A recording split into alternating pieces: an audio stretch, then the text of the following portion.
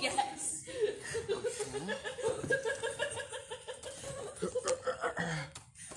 I'm after that Bay rant. This one does not work, Mike, and that's okay. Okay, we'll just use this one. Yeah. All right, welcome Facebook Live. How you doing? Hi, thank you for attending this panel. I appreciate it very much. I'm going to let you introduce yourself first. Hey, I'm Jayla Patton. I'm a comic book artist and teaching artist in Pittsburgh, and I do all kinds of stuff. Awesome. My name is Mike Watson. I am the publisher of Short Fuse Media, owner of Freestyle Comics, one half of the good, the bad, and the nerdy, and the most enthusiastic person in comics. And I am hosting this panel about diversity or pop culture affirmative action. Mike, I have a question. Yes. Am I allowed to cuss? Yes. Fuck, okay, thank God. Okay. So sometimes I'm in teacher mode, and I censor myself, but... No, you're fine. Let's have at it. James, what's up? How you doing? Norma, how are you doing? Oh, you're still in Texas. All right. So from time to time, I'll be checking to see if we have any questions on there. If you guys want to ask questions. So I have an issue with our fandom currently. I think for the majority of it, it's pretty toxic, and I think they say stupid things. I snapped on my Facebook page and my YouTube channel when everyone got pissed off that a black woman was chosen for Ariel, the Little Mermaid.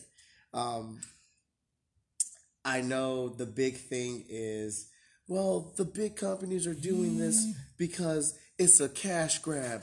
They want to make money. Can you know the definition of a company? They're all about making money. No matter what, yeah, right? The bottom line is, like, being in the green. Right. So, you know this, because we all buy things from them, and their bottom dollar is making money, being in the profit. They are trying to target what consumers claim they want. So, if we just spent our money and gave $1 billion to Black Panther, oh, shoot, maybe they want more black people. Characters. Oh, shit. Maybe they want people of color in these movies. Representation? A little bit. Yeah.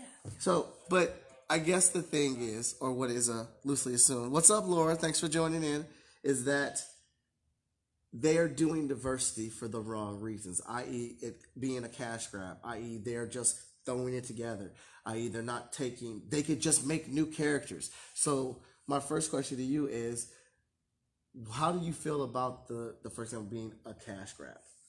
So, no matter what Disney does, they're gonna be wrong.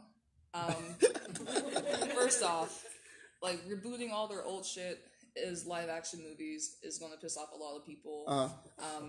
But I feel like whenever I saw that Halle Berry was gonna be Ariel, I was like, yeah, she's adorable. Okay. She got the baby face and everything, because you can't stop Disney from doing live action reboots. Yeah. They already have it planned all the way out through Mulan or Sleeping Beauty. They're doing Maleficent too, and like, it's gonna happen anyway. And if they make a diverse casting, that's dope.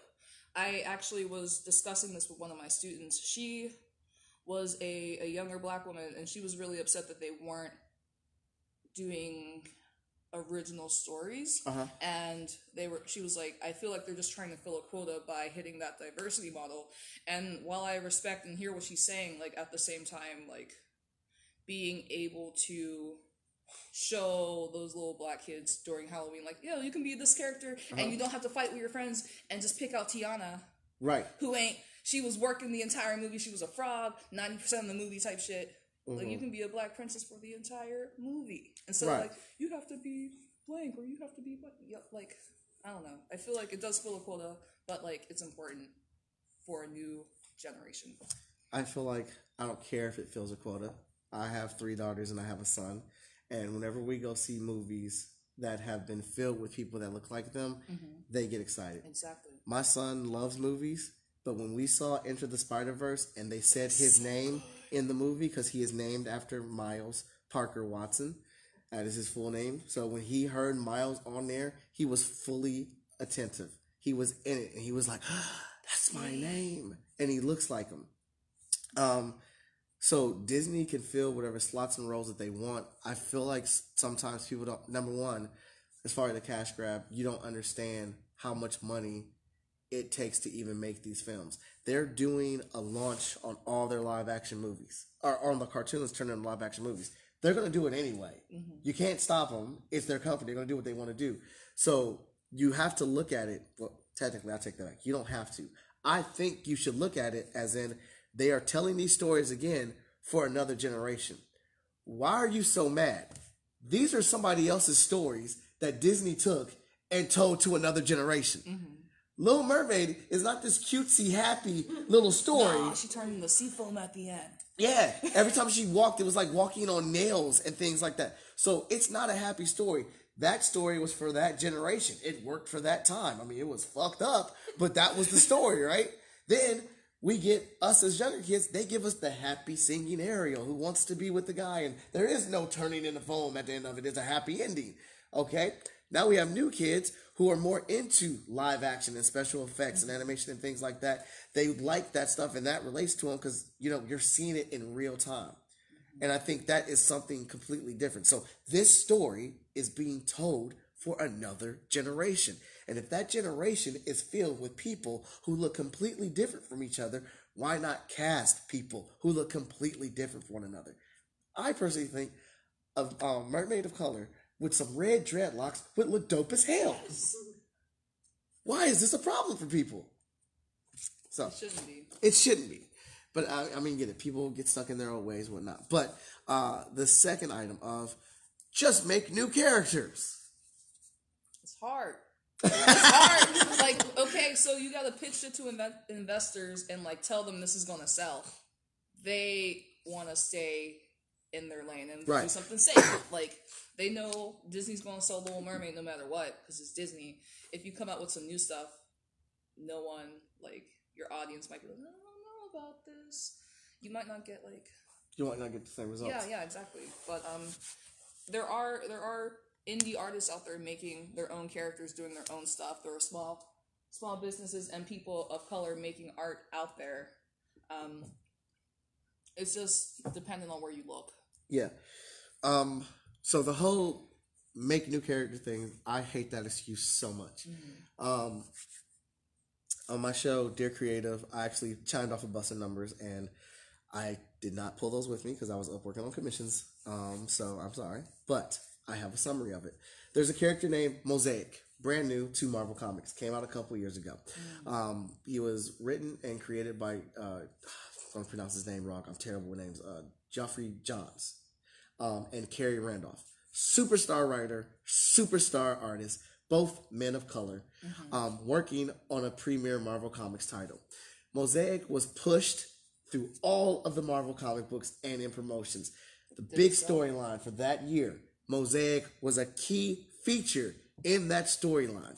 His first 4 issues, he teamed up with Captain America, Spider-Man, the Avengers, Doctor Strange. I mean, they put him with everyone.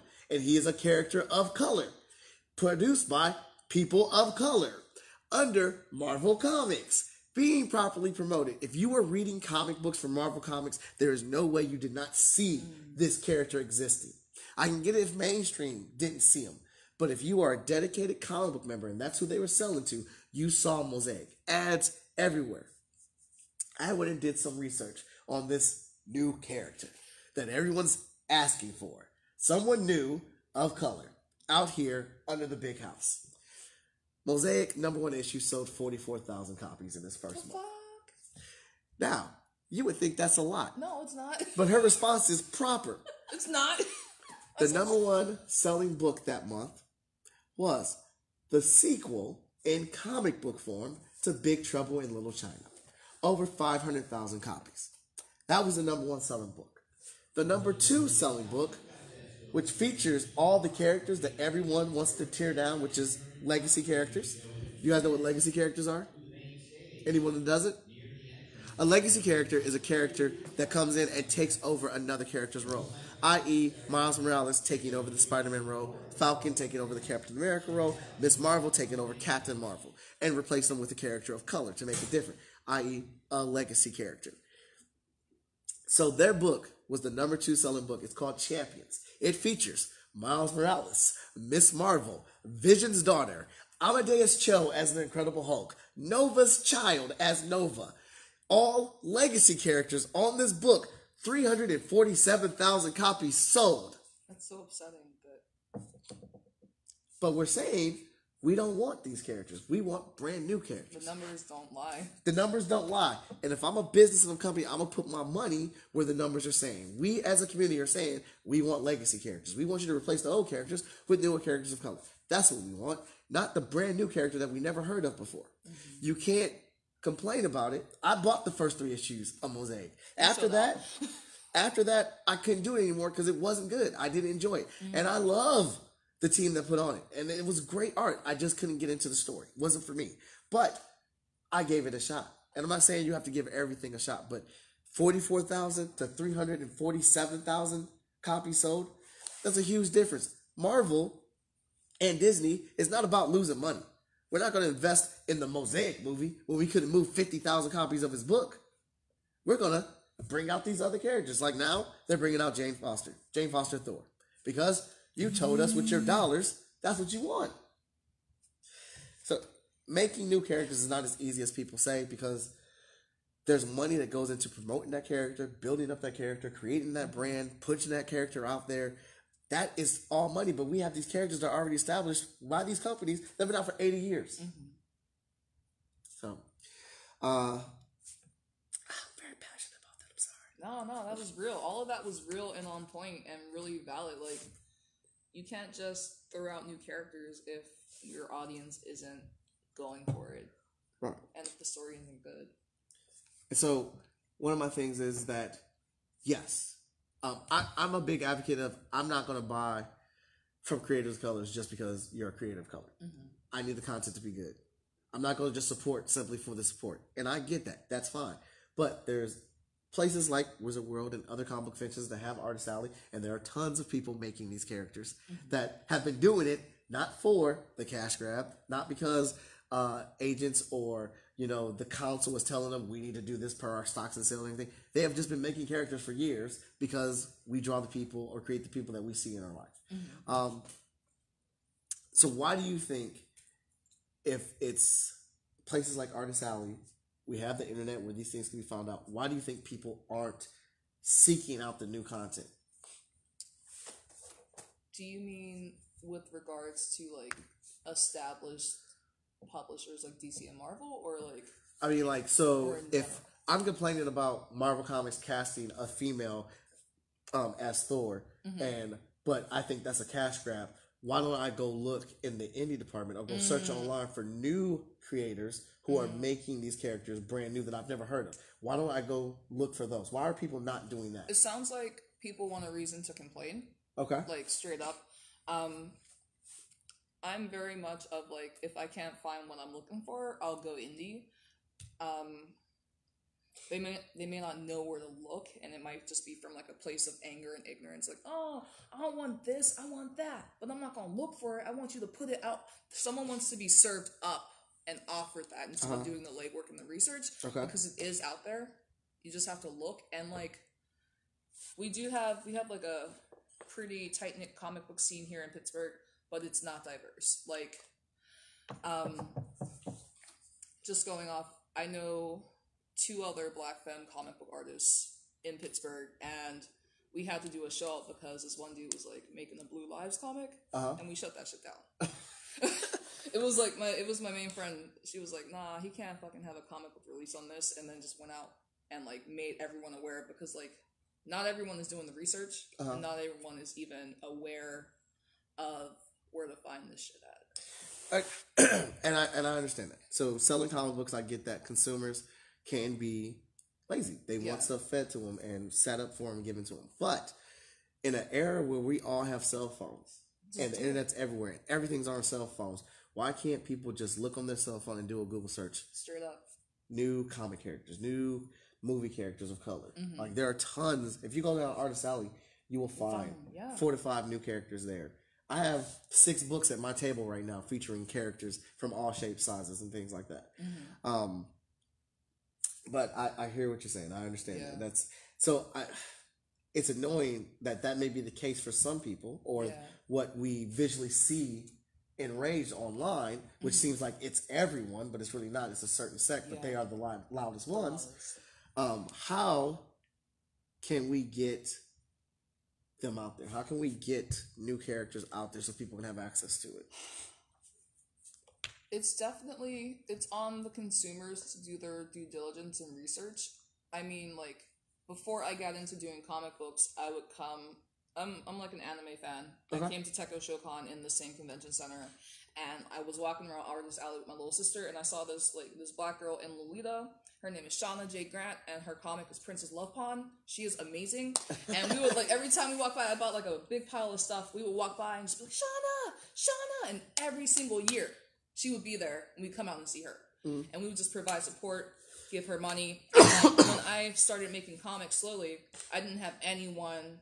I didn't know where to start. Okay. I was like, what do I do? How do I get started doing this shit? Who's going to help me? And I was like, Shauna got me. So I type up a really long email, and I tell her I'm about to start vending. Where do I get prints made? What should I do? What should I do? And she's just, providing all of this information as a jumping off point. And that helped inform how I would start my comic books journey. And legit, the following year, I was at Teko. Lil Blocker was walking around. Lil Blocker was walking around in a Bee and Puppy Cat cosplay, and she's like, "How did you do this?" And I was like, I started off at the Pittsburgh Indie Comics Expo. Here's how I do this. Here's how I do that. Here's my business card. I'll see you at that con next year. Okay. And she came through 6 months later, pretty much same as me, and now she's one of my mentees, and she's going to college this year. So it happens on a really small scale. The people who care will show out. But the minority who is the loudest will be heard.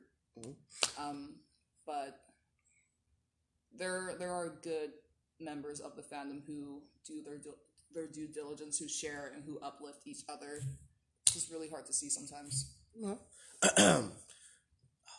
So, I think that creators with new content are going to have to shed off their shy skin.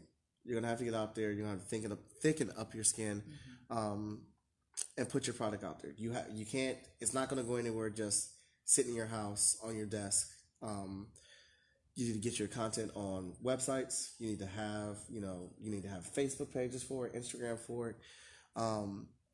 You need to go to comic book conventions. You need to appear at comic book conventions. You need to go up to people in Artist Alley like you did and become fans of their work and ask them questions on how you do stuff like that. You need to get your own table and learn how to do things. Maybe, obviously, if you're first starting out, don't get a Wizard World table because that's a Wizard World show is different from a small comic book. The small presses like Indie Expos. Yeah, $10 a table. Right. You want to start there so you can learn and then work your way up.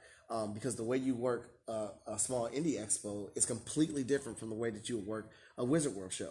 At a small expo, in all honesty, whenever I've gone to those shows, I don't have to pitch a lot. I don't have to reach out and do what I call a hard sale, which is pulling someone over who's not interested, because all the people there, for the most part, are interested in looking at new art and new characters. So they are perusing for that purpose. At a show like this one, I have to do sales. I have to go out and do hard sales and try to pull people over. I do promotions online. I do promotions on Wizard World's Facebook page and things like that. I tag them. I do Facebook Live videos. It's a different way to attack the show from an indie expo. I just need content. And then I just set up my table and try to make that as appealing to people as possible. But you don't know that until you get out there and do it. So you have to take that leap forward. And also, if anybody has any questions, just please go ahead and chime in. Just raise your hand, and we will dab on you. Laura says, yes. Representation is so important. Times change. Generations change. I'm so excited for the new area. Oh, my ultimate bestie's in here. That's awesome. Hi, Libra. Okay, so, yes. Sorry. Before you start, I just walked in late. You're fine. Sorry. Deechin, I think is her name. She was the only commander that they had on the show that was a minority, and she was the very first one.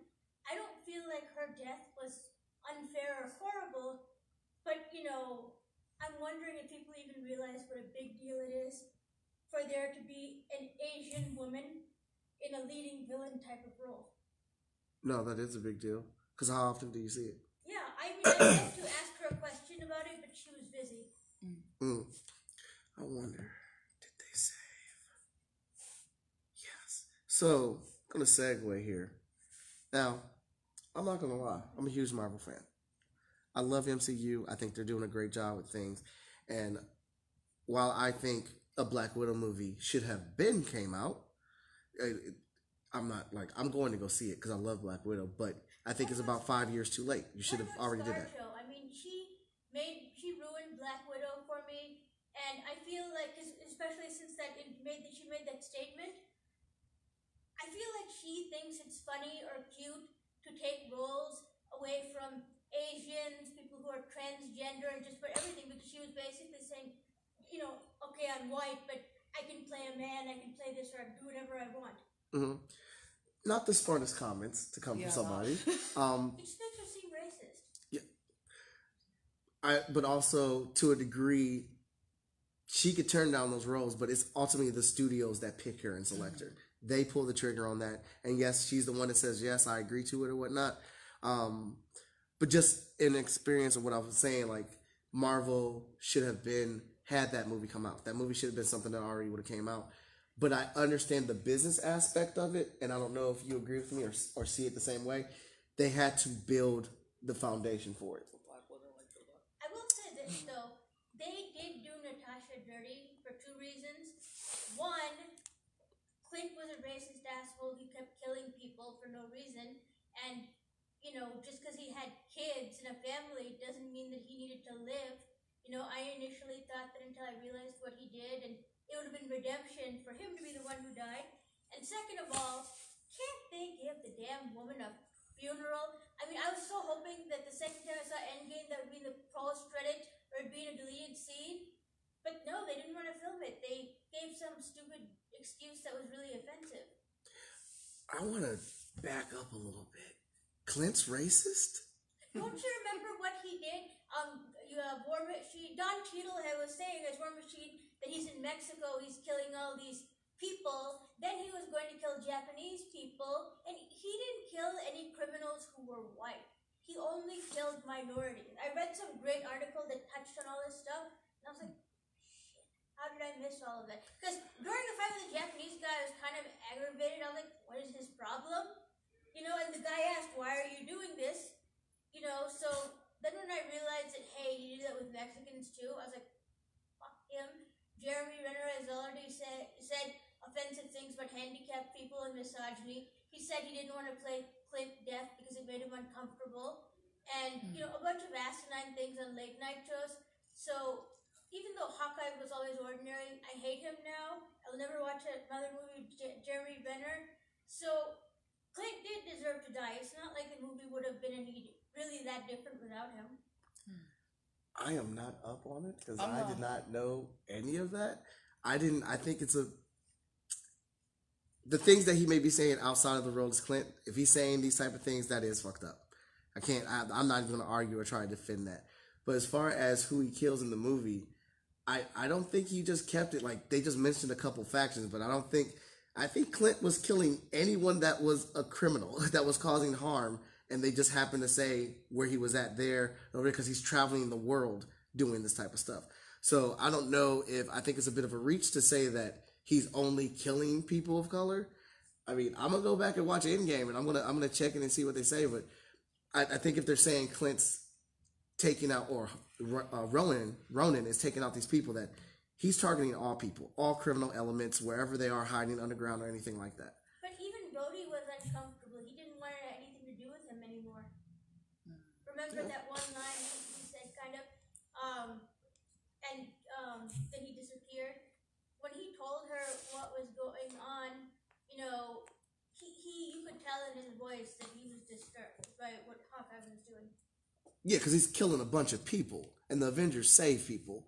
Like, the Avengers don't go out and set the goal, like, hey, we're going to kill you to solve the problem. Like, it's a last resort or whatever. So it's more of that he's taking on that Punisher mystique, and that's who he's becoming. That's why he's not comfortable with it, because he knows that Hawkeye is Black Widow's guy. Like, they are family.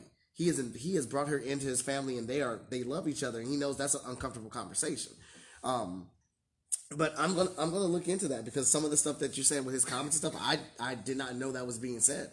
It's enlightening when you read all these articles and stuff, because the stuff you missed, and when they repeat certain lines and stuff, I checked for them the second time I saw Endgame, and I was like, damn it, this is what they were talking about. I'm gonna kill them. I feel like, as far as Jeremy Renner saying he doesn't want to play Hawkeye as deaf, it's like, it has a problematic ring initially, but like, maybe he felt uncomfortable either changing his voice or showing it in a way that could be offensive or seen as offensive. Like, maybe if he had like parts of the movie, I'm not up to date on anything Marvel, but like if he had parts of the movie where he did sign language or something, or someone would speak to him using sign language, that could show that he is hearing impaired in a, let's say, like, classy way, or like a less problematic way than like. I can understand. Sorry, I didn't mean to cut you off. Because of the way he behaved in the interviews and stuff, the way he was laughing, snickering, and he said, I don't know which late night. He said, I don't care who you are, any day of the week, blah blah blah. So I'm inclined to think the worst when he says things like that. I haven't seen the interviews. Yeah. I'm jumping off from like just a general like remove perspective, but yeah, if I check them out, I'll gonna check them out, because I didn't know that. But I do agree with you. If I'm an actor and I'm asked to play a role of something that I'm not comfortable with, because I don't want to disrespect it, I don't want to represent it wrong, and I don't have enough time to research it to get adjusted to it, then you're right. I don't want to play it like that, because I don't want to disrespect somebody that is living that life day in and day out. Especially if I'm not given time to research it the way that it should be. Now, I don't know the situation. I'm not in his locker room or whatnot. But those things do take a play. I only know this by detail because I'm one of the people who screamed at him when he made those tweets and stuff. Oh, okay. Like, what is wrong with you? What so bad about people having a wooden leg or something like that? And Chris Evans was like, oh, she's a person with a wooden leg. She's a giant whore, blah, blah, blah. So I was one of the people who screamed at them. Okay.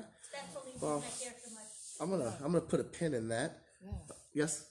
I have a question. That's all right. Yes. In indie comics specifically for creators, what is your opinion on, let's say, a creator that, like a white creator that wants to create characters that represent other demographics, so black characters or trans characters or whatever? What is your opinion on how they should go about that?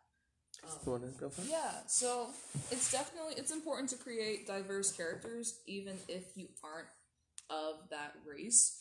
But the main selling point shouldn't be like, I made a black character, I did this. A really good example that like was a little not problematic, but it raised eyebrows initially, was the cartoon Craig of the Creek. Okay. So the showrunners are two white creators from Steven Universe, and when it was announced, my friends were like, what the fuck? But I sat down and watched the cartoon, and it was really sweet, and it's not hinging on like, oh, Craig's black doing black things. It's this family is black, and the show isn't hinged on race or anything. He's a main character, and he has his family dynamic that relates to you or me or anyone. Like, he has an episode where his mom goes to get her hair done, and he has to watch his little sister, and Craig is making his map, and it's like not talking about anything like that is not understood. Everything does not have to directly reflect that current culture, because people at the end of the day are people. One of my associates actually has a character, Dirk Manning. He has a book, and I love his book. Every time the new issue comes out, I come out and get it. And his main character is a man of color, and I honestly don't care. I just think the content needs to be out there. I think that if you're going to do that, you just need to tell your story and let it be a good story and let it be a good representation of the character. And if you do have questions about certain cultural things, then you need to go research it or ask somebody from that vantage point. And just ask to sit and like hang out, or like if you have friends who are black and you're talking with them and hanging out, and just like just talk to them about your story, and like, you don't want to skew it and put your spin on it as if you're white observing a black family. You know, like maybe hang out with your friends and see how they interact with each other and run your script by them. Like, don't make it offensive or shitty, or like talk to a few different people, because we are not a monolith. So like, we're not all up the same, different viewpoints. Yeah, so we're all coming from different walks of life and different like financial backgrounds and stuff. So it all comes down to like how you tell your story, and if you feel right about it. Like, not everyone is going to be happy, but like, long as you're not throwing up the N-word in your comic, being a white person through a black mouthpiece, I feel like you good. You're good. Yeah, like. Like this character in specific with the red cape and the V on her chest. Her name is Vigilance. The first 3 of her issues that we have through Freestyle Comics are written by a man. Micah Cox wrote the first 2 issues. He's a man of color. Alvin Ball wrote the 3rd issue, another man of color. And basically that was just, Vigilance is the world's strongest superhero. She is our Superman. She is the answer. She works for the government full-time with no secret identity, but she has amnesia, and she's starting to realize the government is lying to her about who she really is. So the first 3 issues are just her being a superhero. She's an already established superhero. She knows nothing of our world as in like, oh, let me get a Starbucks coffee because those are tasty or those are trendy. She doesn't do fashion. She is Vigilance 24/7. So when it came to writing that story, those first 3 issues, I felt it was cool to have a guy write it or whatever. I like the way Micah writes, and I like the way Alvin writes. But then we're at the 4th issue, and now we're going to take all that away from her. She's not going to be a full-time. She's still going to be a superhero, but it's not going to be full-time. She's going to have a persona now. And it's a matter of how do we develop a female character in this world who has never done anything besides be a cape. I didn't want it to be stereotypical where it's like, oh, she went out and got her nails done and bought some dresses, da-da-da-da-da. Why would she do that? She's never experienced it. And the more I thought about it, the more I said, I don't have the answer for this question. I don't know what that is. Number one, I'm not a female. Surprise, surprise. So I don't know it and I don't understand it. So let me seek out a female writer to write this book because she is going to be aware of all the little nuances of being a woman. And not even specifically right now, a woman of color. I just need to know a woman. Like, what is a woman's thought process? She's got a brand new apartment, loads of money because she's never cashed any of her checks because she's always lived with the government. So she just had this situation where the public doubts her because she killed somebody in the midst of battle. She's never done that. Her ratings in public are going down. She was put on the bench. She's had to have a psychiatrist talk to her and figure out where this came from. Why did this happen? And this is the strongest person in the world. And now she's talking to a shrink. She's having doubts about herself. She decides that she's going to live off base, have an apartment. She's got money. So what direction will she go in? And that's the question that I asked Stephanie as a female. What would you do as a female? And we ended up coming up with a really killer story about her living in the city for the first day. That's something I could not have done, again, because I'm a man. I needed to research and have somebody else's perspective to put the spin on it. Because I want my female readers to be like, nobody wouldn't do that shit. That don't even make sense. But like, I want them to be able to read it and be like, okay, I see that. That works. Because it's about her as a character. And then she is a woman of color. So I want that to come into play a little bit later. Like when she actually has to face somebody that is like being racist, and she's going to be like, I don't know what the hell that shit is, but you better cut it out. Again, because she doesn't come across that. And this is funny because I'm going to quote Lil Wayne for a second here. Racism affects him differently because he's rich. He doesn't get the same type of racism that maybe I would because I don't have his money. And that's a clear statement that he said. And when he said that, I was like, wow. You're right. He said anyone he's ever come across, he doesn't know what racism is because he doesn't experience it because of who he is. Well, some of his other comments were I would not agree with. I was like, that makes some sense. So in the same light, why would Vigilance know what that is? Mm-hmm. No one's going to step to her incorrectly. Again, world's strongest hero. You say some incorrect stuff to her. She's going to put you to the wall. Exactly. So it's about knowing in a long way of answering that question, it's about knowing the content and being able to go out and get the answers. If you don't have the answers, get somebody else that can write those answers for you. I don't want to ever create a character or something where like I feel like I'm telling them how that character should be. When I want, and at Freestyle Comics, I want you to be able to have a character that you feel like you can relate to, that you maybe not every single thing, but you see it like that makes sense. Or, girl, why would you do that? Like I get it. He made you mad, but damn, you messed up. Like I want you to be able to have that inner monologue and conversation with yourself. And go ahead. Because you mentioned books, I'm trying to write a story, and I prefer that it was a comic book. I'm trying to learn the script and stuff. But I have a black character in a supporting role, and I was gonna make them because the environment is really scary where they're at. It's the place where basically the other guys who have always lived there are a bunch of incels, and half of them are Nazis. Okay. Okay, and they have this weird breeding type of system, and she does not want to have babies, but at the same time, she's telling everybody her name is Billy because she's partially transitioning, and she, she's not a she. But even though I was asking help in a group for people of color, some transgender guy screamed at me. He said all this stuff, and he's basically like, you have no business writing this stuff.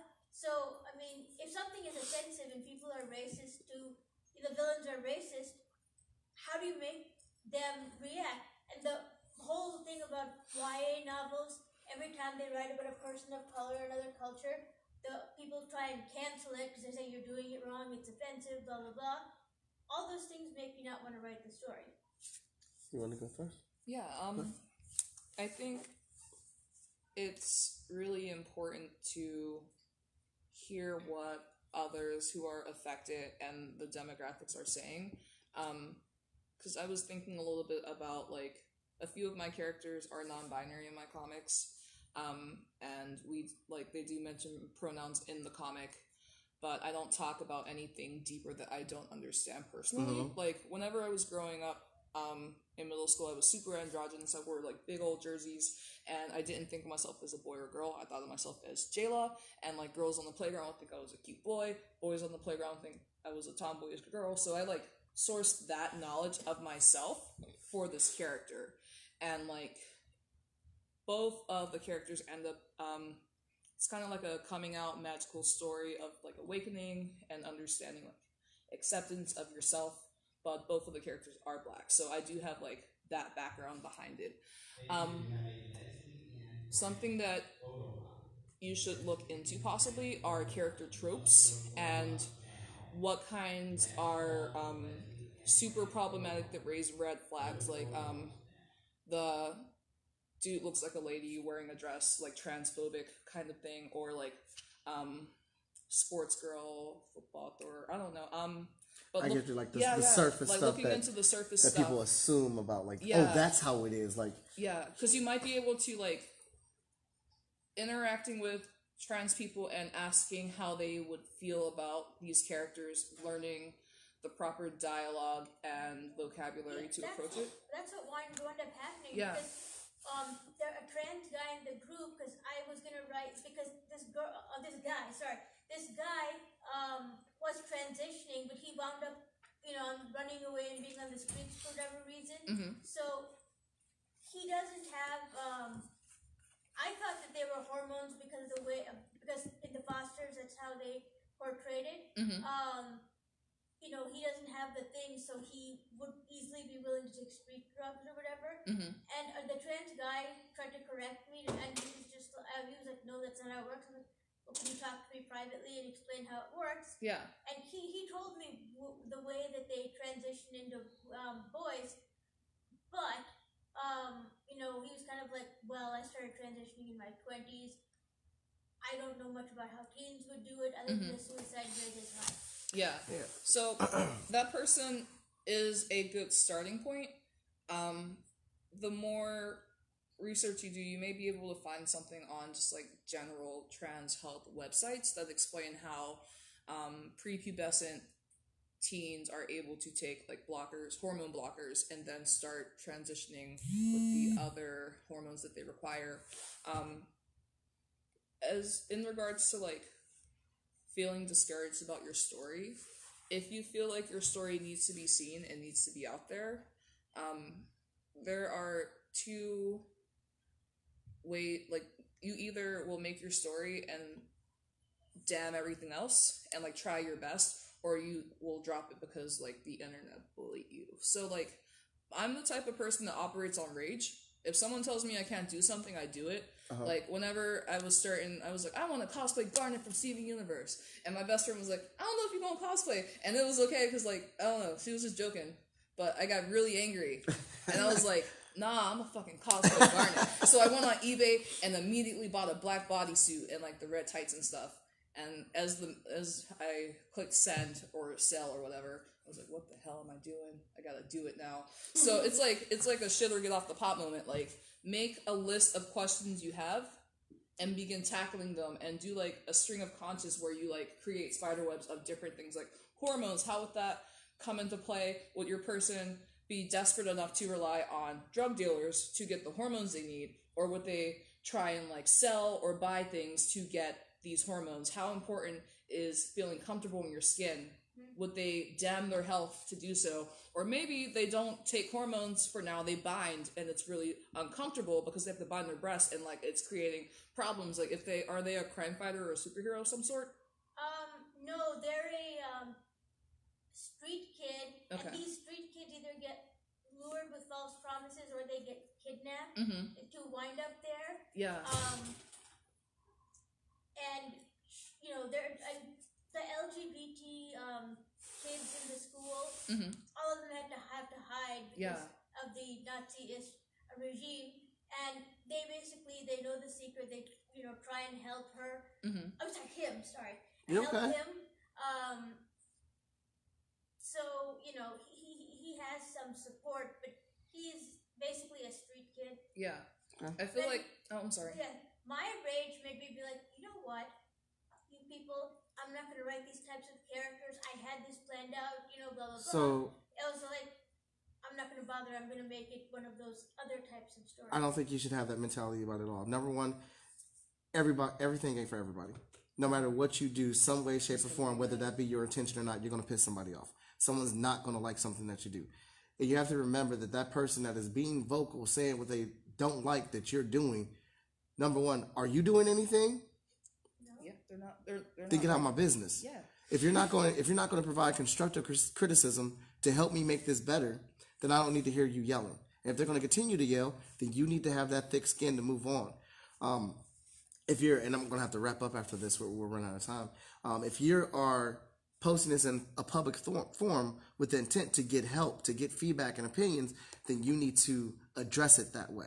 You need to open it up and say, hey, I'm completely new to this. I want to write this story because I want to help tell this story. I am a bit ignorant in it. This is my rough. I am trying to get help on how to fix some of this stuff so I am properly telling this story. Because honestly, if the people that are that way aren't making these stories, somebody needs to make the stories so the stories can be out there, and then it opens up the door for them to make the stories. You can't, it just can't sit in the shadows, because again, you're trying to figure out where to get the information from so you can properly represent it. I don't know. Does that make sense? Yes.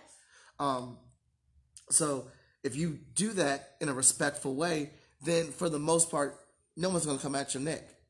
They're going to see that you're trying to tell a story, and you genuinely want to know. The same way, like, I went to go find a female to write the Vigilance book. There's different characters that I want to bring into my world, not simply as a cash grab or just to cover that base.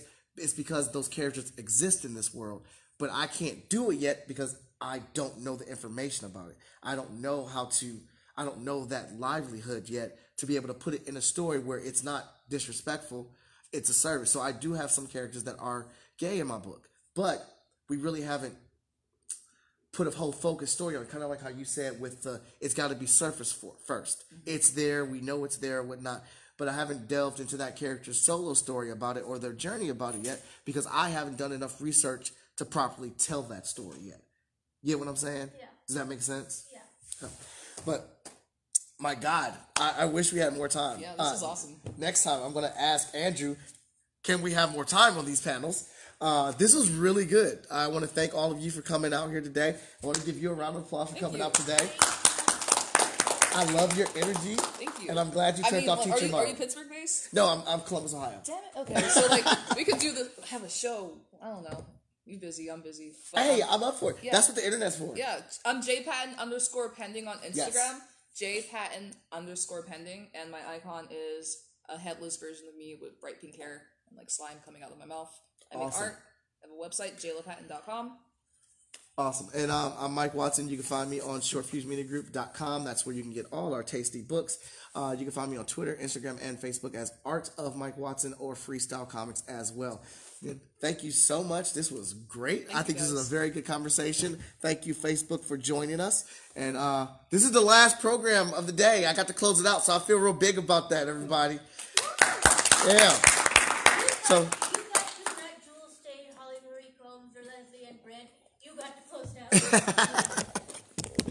All right, we're gonna put this on here. There's still a couple hours left on the showroom floor, so go out there and go see some. Go to Artist Alley, see some new artists and some new stories.